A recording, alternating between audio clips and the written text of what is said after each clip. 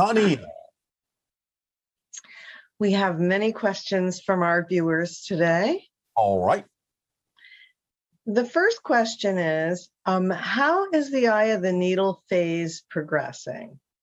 Is there anything you can share with us about the COVID variants and what we can expect to move into in the fall and the winter of this year?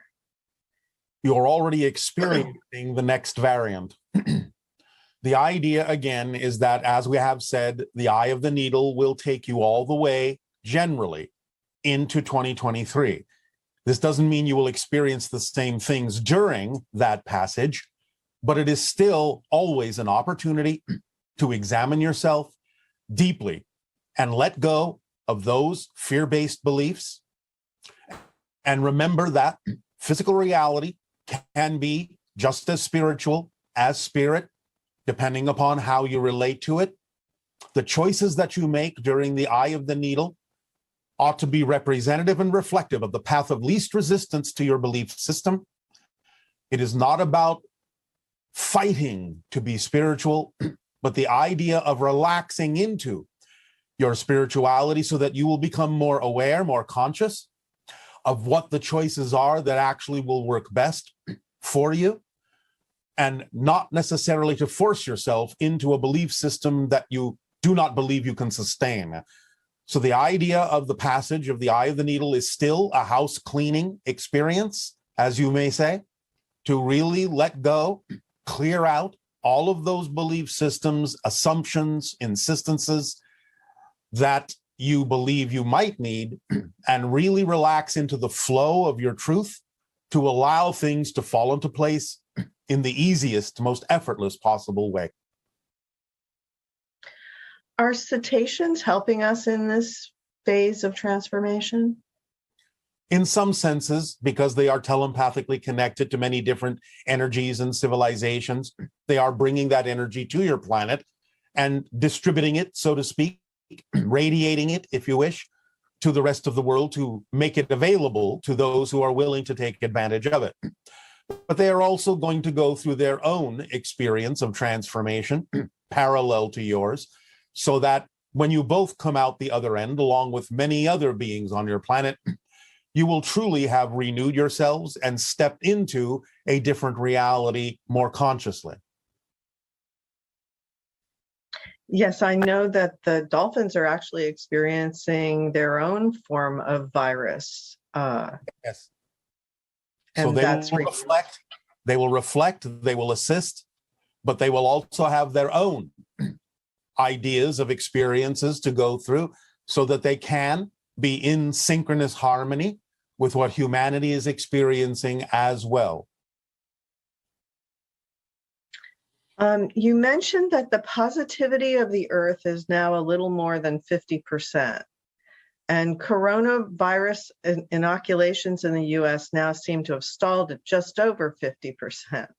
Is the amount of completed inoculations an indication of our overall state of positivity? To some degree, and also, of course, a representation of whatever states of negativity you are still holding on to in your belief systems. What can we do to reverse the trends in extreme wildfires? How can we individually navigate to a reality where this and other aspects of climate change start to balance out? Follow the formula. Again, that is your rudder. That is your tiller. That is your navigation mechanism. Always follow the formula as clearly, precisely, and fully as you can. This is not going to necessarily happen overnight. You're still going to shift through billions of other versions of Earth to get to the versions that will be more reflective of what you prefer, because this gives you the opportunity to still examine all the things that are going on, to make decisions, to help others who may yet need to see living examples of following your joy. So this will be a process that will happen over time.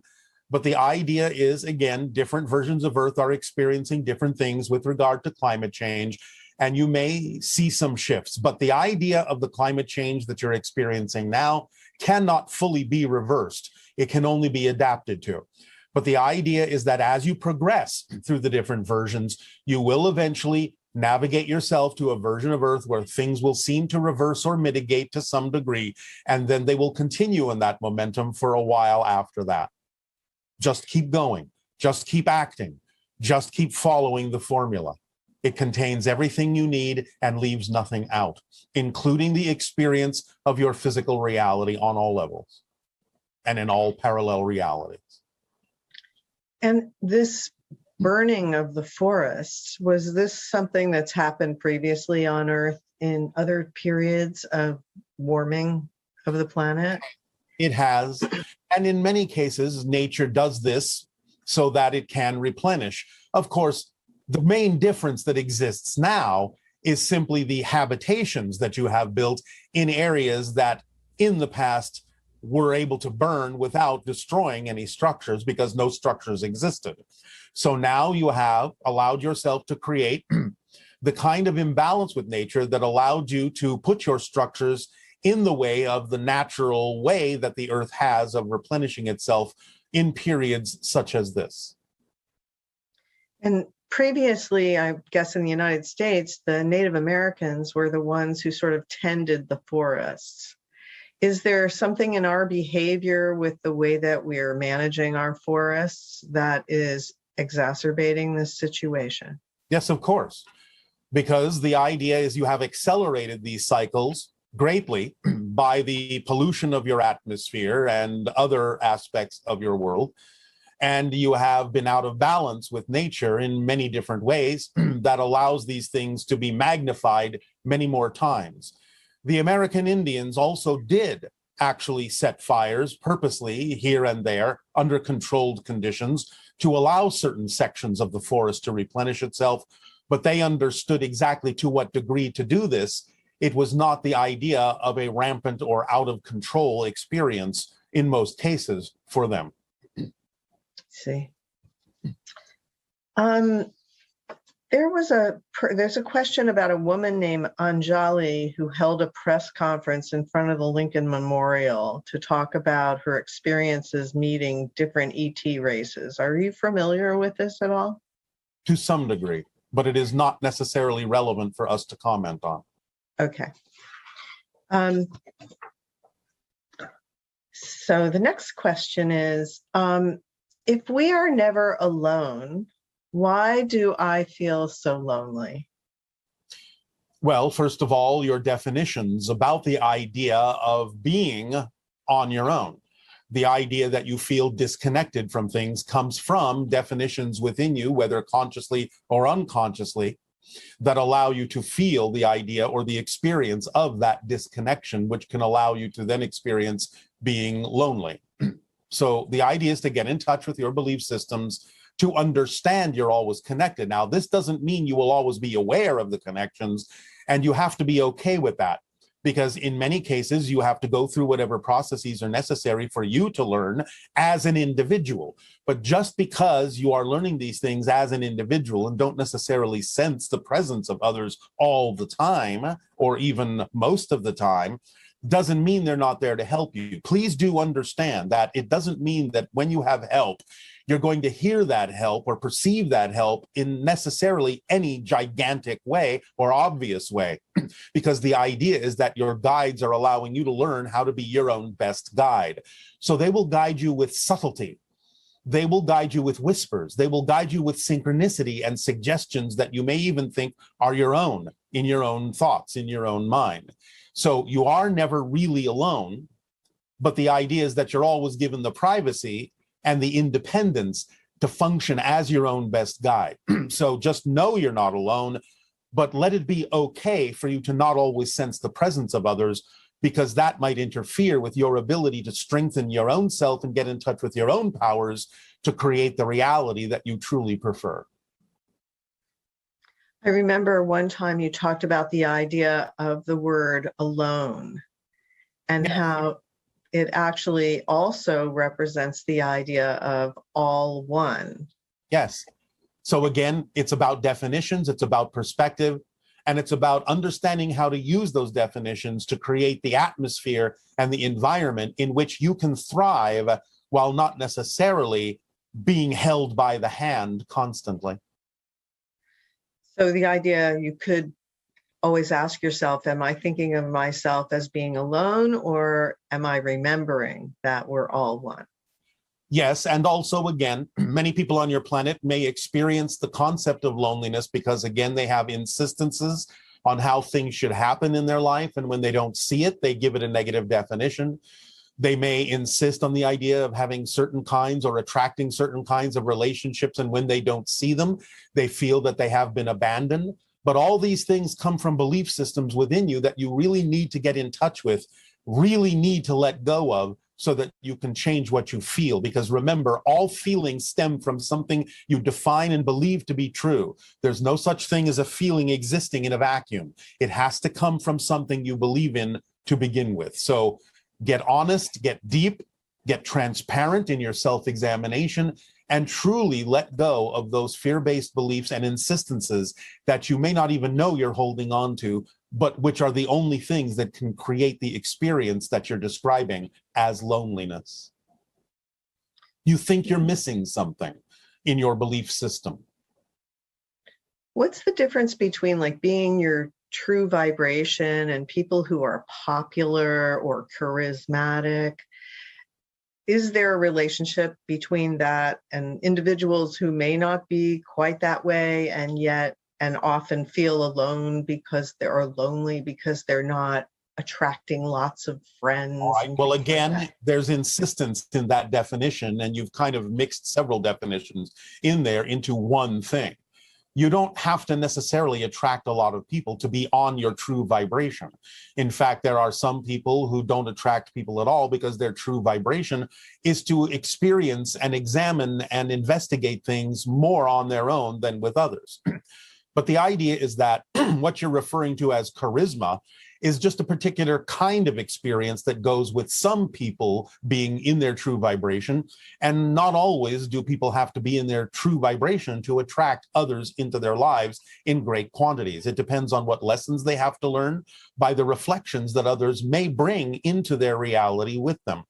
So the idea or the measure of being in your true vibration is not necessarily represented by the idea of popularity or charisma. It's really just what is correct and relevant for you to experience that allows you to become more of your true self. And remember, some people will experience the idea of attracting many people, sometimes even to, shall we say, disguise things within themselves that they don't want to look at by distracting themselves, by surrounding themselves with a lot of people, so that they don't have to pay attention to the things they don't want to look at within themselves. So you can't always tell, just because they may be attracting a lot of people, whether they're doing that for a positive or a negative reason.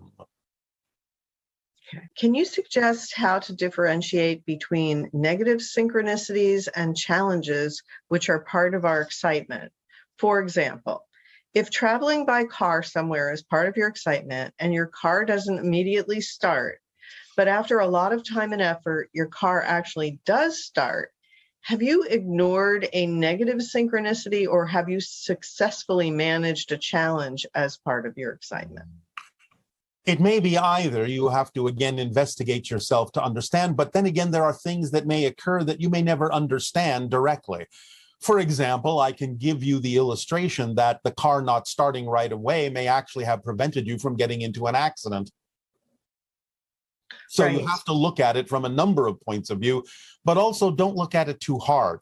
Just go with the flow of the way it happens, remaining in a positive state, and you will then get the benefit from it. You will not always know why synchronicity manifests in the way that it does, but you can always take the time to check within yourself to make sure it's not the product of resistance within you to your natural self or to something that you attempt to do. But if you're clear that it's not, then just go with the flow of the way synchronicity presents you the opportunity to move forward. Why do we need to experience negativity and suffering? Why did we choose to incarnate in a world where there's so much suffering? Why not just stay in heaven? You can choose to do that, but obviously you want to discover something new and you want to be of assistance in helping people learn to transform the idea of the negativity and suffering and pain into something that is more representative of joy and harmony. and ecstasy. So the idea is that you chose to be of service. You chose to learn these ideas so that you could help others. So put that learning into action. Help others learn how to let go of pain and suffering and transform themselves into more joy and harmony by getting in touch with the belief systems that they're holding on to that is causing the resistance, which causes the pain and the suffering, or the definitions that they are holding on to that don't allow them to be themselves. The idea of remaining in heaven is all well and good in spirit, as you say, but there are only certain things that can be experienced in the physical reality experience. Forgetting yourself in order to remember who you are from a new point of view allows you to expand and grow in ways that you can't when you're in a more timeless state.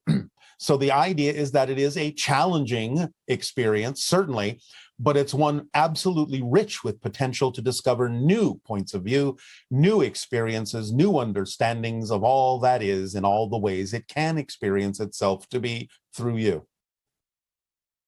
Okay. We could simply add the analogy, why do your people go to amusement parks and go on scary rides like roller coasters? It challenges them to get in touch with whatever it is that may be representative of fear, so they may, under a controlled situation, have more ability and effectiveness at transforming that fear because they come out all right on the other end. So you could use that simple analogy for the idea that you've decided to go on a huge roller coaster ride, knowing that as an indestructible spirit, you're going to come out all right on the other end anyway. But in the meantime, you have different purposes for having chosen to be where you are, and most of them have to do with helping others learn how to transform things in more positive ways, along with you learning that lesson as well. Okay. This individual asks, how do I let go of my unacceptance of negative beliefs and feeling that negative emotions are bad and that there's something wrong with me? I've heard dark has to exist for light to exist, but still I find myself asking, why do we have to experience suffering? I think my unacceptance of negative beliefs is making it impossible for me to let them go. In one communication, you spoke of the neutral zone. How can we get into that neutral state where it's easier to transform things? Well, the paradox is, as you say, you have to accept the existence of the negative in order to allow yourself to be in the neutral zone where you have the ability to choose what you prefer without invalidating what you don't prefer. And you're mixing up a lot of definitions in there, because you're talking about value judgments and not just a recognition of a mechanism. When we talk about positive and negative, we're not talking about value judgments of good and bad. We're talking about how you're using the energy, how you're using the mechanism. Negative energy, negative beliefs are simply that which make you experience the feelings of disconnection, separation, diminishment, so on and so forth. But this is a mechanism we're talking about. Positive allows you to experience the idea of connection, expansion, engagement. The idea, again, is that we're talking about a mechanism of energy here and how it works. Because remember, you can use negative mechanisms to a positive effect. You're doing that right now by experiencing physical reality. You are a bigger being than what you are as a physical person. So you had to use the negative, so to speak, mechanism of imposing limitations on your consciousness in order to focus yourself into a physical reality. But you're using that negative mechanism in a positive way to have this physical experience. And you are misunderstanding the idea, no one needs to suffer. But if that's what's going to help you learn how to transform it, you will accept that experience until you allow yourself to realize it's not about being forced. It's about having chosen to experience something so that you could learn the lessons from it so that you don't have to experience it again. No one says you have to keep experiencing it. The idea, again, is that when you allow yourself to accept that negative energy, negative mechanisms are valuable and can serve in certain ways that ultimately come out with positive results, then you will, in a sense, allow them to exist. Just because you are aware of negative mechanisms doesn't mean you have to choose them. You can be in the neutral place by accepting that everything, positive, negative, neutral, is valid, because you can use them in so many different ways in the way that you prefer to aid and assist yourself. So when you allow it to be all right for negativity to exist just as a mechanism, then you can remain in the neutral space, because you can choose what you prefer without invalidating what you don't. And at the same time, recognize that you may be using many negative mechanisms to positive effect, and sometimes even using positive mechanisms to negative effect. So it depends on how you use it. Rather than focusing on what it is, focus on the idea of how you choose to use the mechanisms for a positive reason. See. And this person asked also, how can I let go of the core belief that there's something wrong with me? The idea is that you may not necessarily always align with the path or the vibration that you prefer. But again, that's part of the learning experience. Some people simply, because of their belief systems, have to get sick and tired of being sick and tired, and then they'll change. So you might be using the mechanism of painting yourself in a corner by thinking that something's wrong with you, until you finally get so tired of not being yourself and thinking that something is wrong with you that you finally give it up. So that may or may not be the way that you're doing this. But the idea is, if there really was something wrong in the sense that you didn't belong, that you are wrong for being you, for exploring the things and discovering the things that you're discovering, even if they're not in alignment with who you prefer to be. If there was truly something missing from you, something wrong with you, you wouldn't exist, because creation doesn't make mistakes. So whatever story you're telling yourself, whatever journey you're on, there is nothing wrong with you, because you are obviously a creative manifester. You're always manifesting something. You're always confident about something. Even if you're confident that you lack confidence, you're confident about that. So never assume that you lack confidence, that you lack trust, that you're out of control, because even when you feel out of control, or when you feel that something is wrong, you're using your rightness and your control to create that experience for your own purposes, for your own reasons. You may not be aware of those belief systems that create those reasons, but that's why we encourage everyone to get in touch with what they are, because you're using your power to make it seem as if something is wrong with you. And if you don't prefer that, you can just as easily stop and realize that there is nothing wrong with you. You're just exploring different experiences of negativity and positivity in your own way. There's nothing wrong with that. And again, remember, ultimately, you're an indestructible spirit. This is a temporary situation. You'll get over it one way or another. Why is it that staying in a higher vibration at times is a struggle?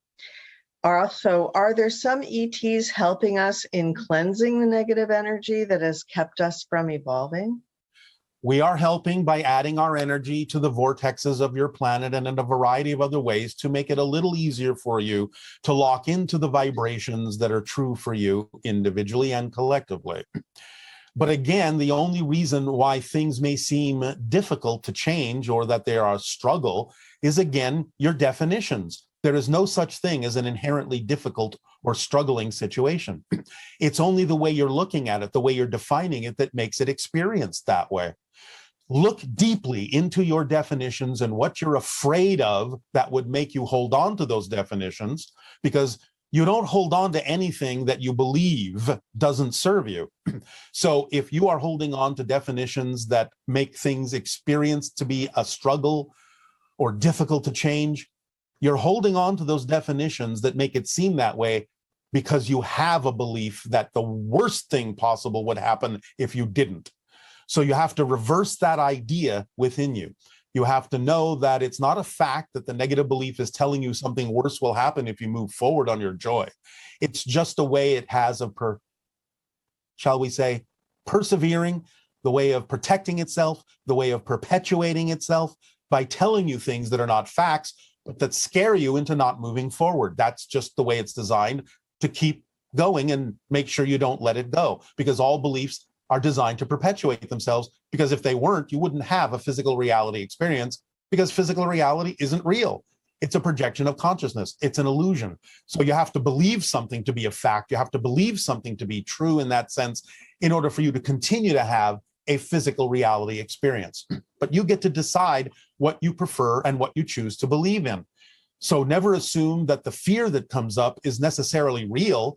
It's just the negative belief's way of making sure you don't let it go. You have to see through that trick in order to understand it is just a trick, and that what it's telling you, that something worse might happen if you move forward, is not a fact.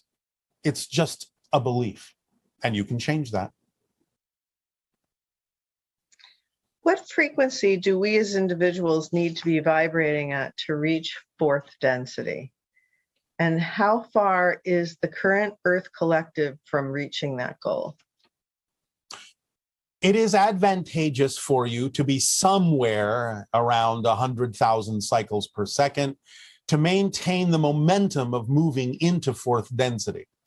Now, the collectivity of your planet, again, remember, you never change the planet you're on.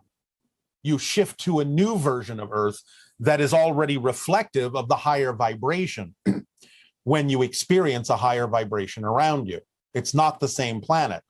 So to give you the answer of what's going on collectively on this version of Earth, or this version, or this is a dynamically moving answer. But right now, let's freeze a moment and say that on your planet, you will find the average vibration is somewhere between 50,000 and 80,000 cycles per second. But there are many that are way above that, but there is a significant number that are well below that. So again, the average for this particular frozen moment is what we just told you, but it's always dynamically shifting and changing, and you're never changing the world you're on. Remember that. You're navigating through different versions of Earth every single moment, billions of times